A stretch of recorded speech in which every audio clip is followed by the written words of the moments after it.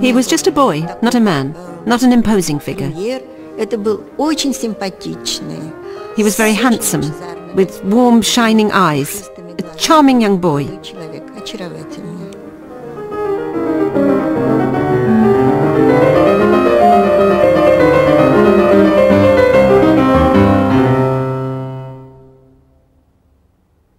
The most respected teacher at the Leningrad ballet school was Alexander Pushkin.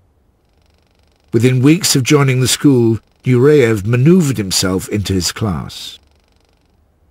Pushkin's calm and gentleness was perhaps what he needed, but Rudolf never learnt much about diplomacy. He said it openly. I will be the #1 dancer in the world.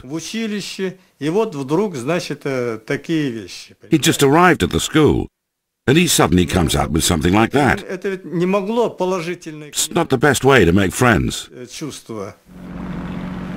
As a Bashkirian, Nureyev was regarded by the Russians as a provincial and billeted with students from foreign countries. He often got into trouble for staying out late, attending concerts or the theatre, going for long walks during the white nights of midsummer, or arranging his own entertainment. He always had the idea of liberating himself and go there and let's dance on the street, why not? Let's jump, let's do this. Yeah. It was fabulous. And there we were just storming on the street, you can imagine, just jumping. Because the beautiful white nights we cannot sleep. And this beautiful set of St. Petersburg.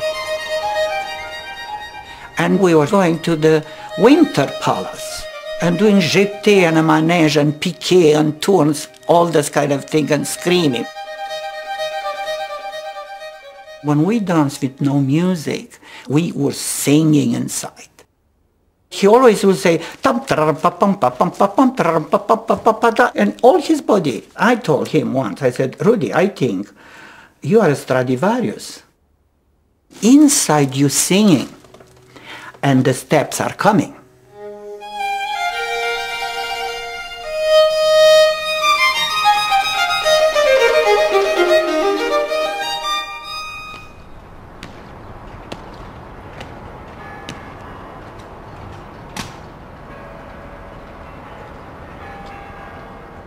In the late 50s, the Soviet Union was emerging from the Stalinist winter. The new guard, Nikita Khrushchev, was loosening the constraints on artistic and intellectual freedom. It coincided with Nureyev's hunger for learning. He was desperate to catch up on his whole education, as well as his dancing skills. He began to make friends outside the ballet school, friends who were beginning to explore American literature and the French Impressionists. At the Romankov family home in Tchaikovsky Street, new artistic and intellectual ideas were tested round the dining table. On Rudolf's first visit there in summer 1958, he was captivated by Lyuba and her twin brother Leonid, both scientists, by their stimulating conversation and good looks. Lyuba, he said, was very gay with sparkling black eyes, and Leonid was tall, manly, with a delicate, refined mind and generous heart, both responding eagerly to the cultural thaw. It was like a sip of freedom, and Rudolf was very, how to say, greedy. He wanted to know everything about everything.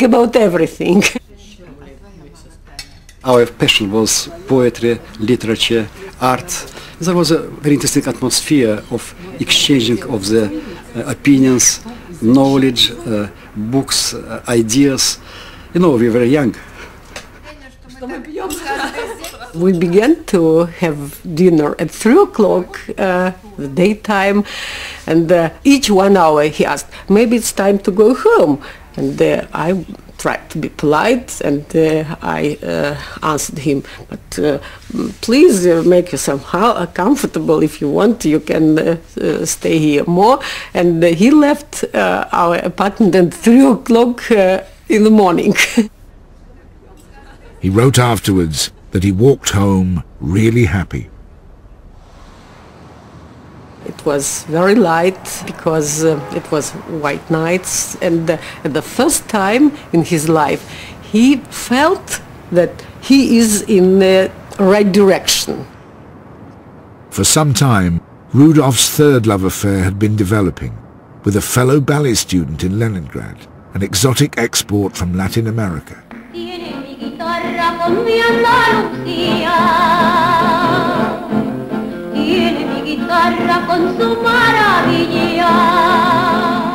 Mania Martinez, with her huge dress. She was from Cuba. Sometimes she would cook rice for us, because she really liked to do that. But at that point, she didn't really wanted to really do ballet. She wanted to play the guitar.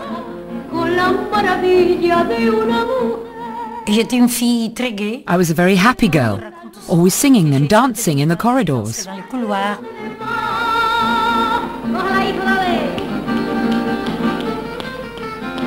It was a combination of different people with different ideas and different age, and that fascinated Rudy a lot. All the teachers loved me because I had joie de vivre.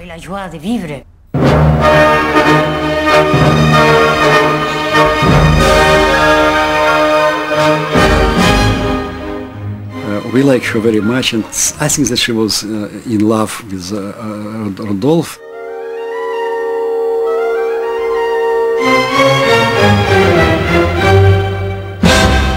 Many adored him. If you could see in her eyes, you would be sure that she liked him very much.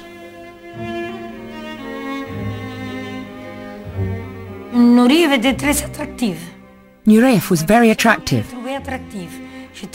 I thought he had something different in his face, a bit ascetic.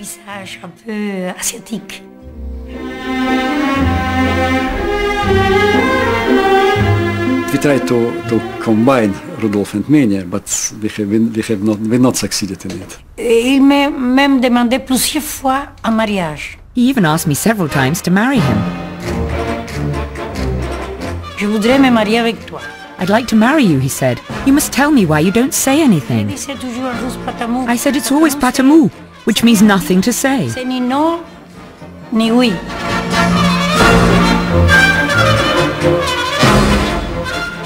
I asked Rudik, you love Mania, Mania loves you. Why wouldn't you marry with her? And he said to me that, you know, if I'll marry with her, so I will be forbidden to go for abroad. I'll spoil my biography.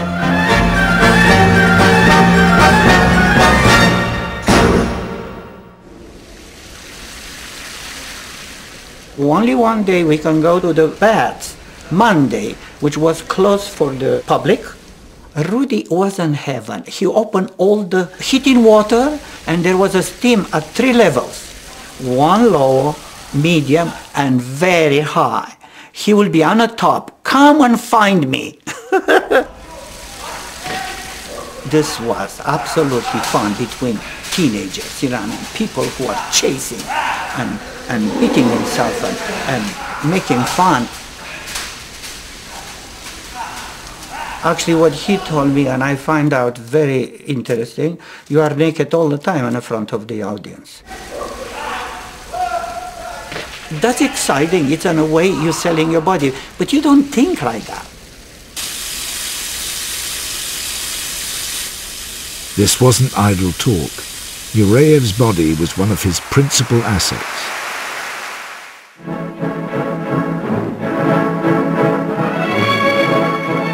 This is the earliest known film of him dancing at a student competition in Moscow when he just turned 20. Technically, he's far from perfect, but the audience, as you can hear, was mesmerized by his physicality.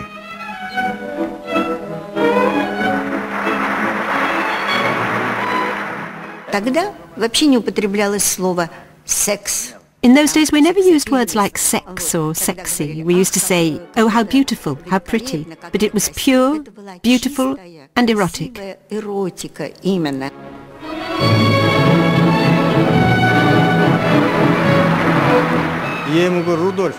I said to him, Rudolf, do you control yourself on stage?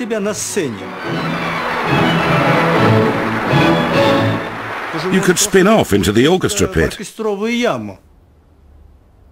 It looks as if he is floating in the air. He did have that beautiful supple muscle, which you call plié, how you bouncing from the floor and you take the leap. And his wild character, he showed you wildness.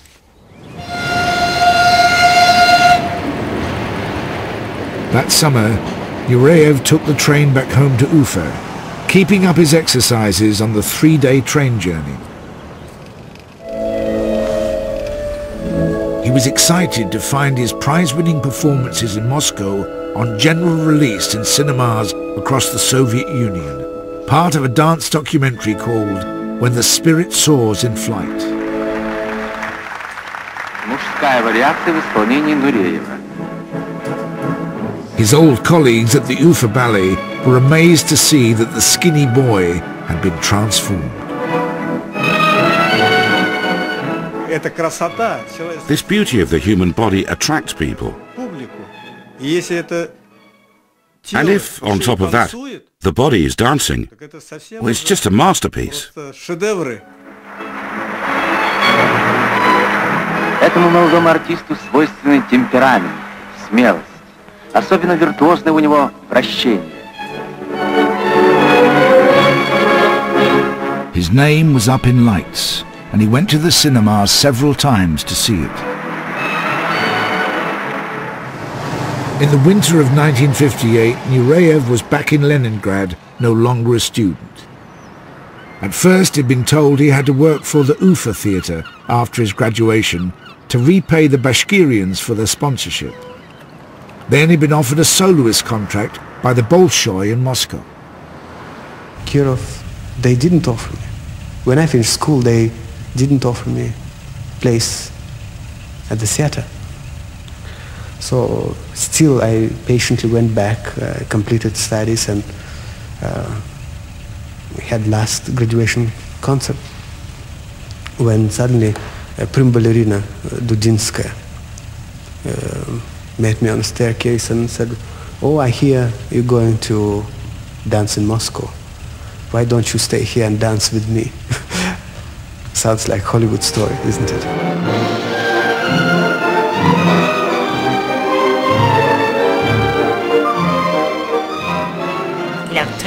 He danced very well, and Dudinskaya did exactly what Margot Fonteyn did. She was at the end of her career, and she straightaway took Rudolf as her partner. Por la voix como partenaire.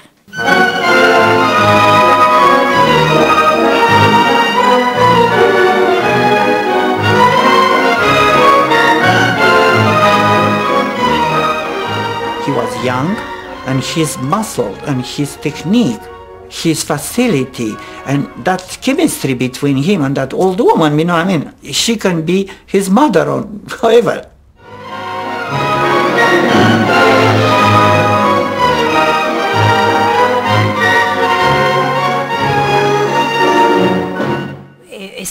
That day, I waited for him at the back.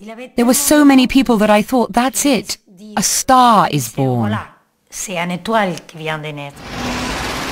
The new sensation at the Kirov was not only Pushkin's pupil, he was now part of the family. He lived with Pushkin and his wife in their one-room apartment next to the school. He was pampered in that family.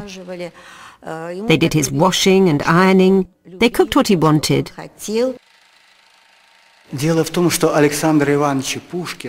Everyone loved Alexander Ivanovich Pushkin. He was the very incarnation of warmth and kindness.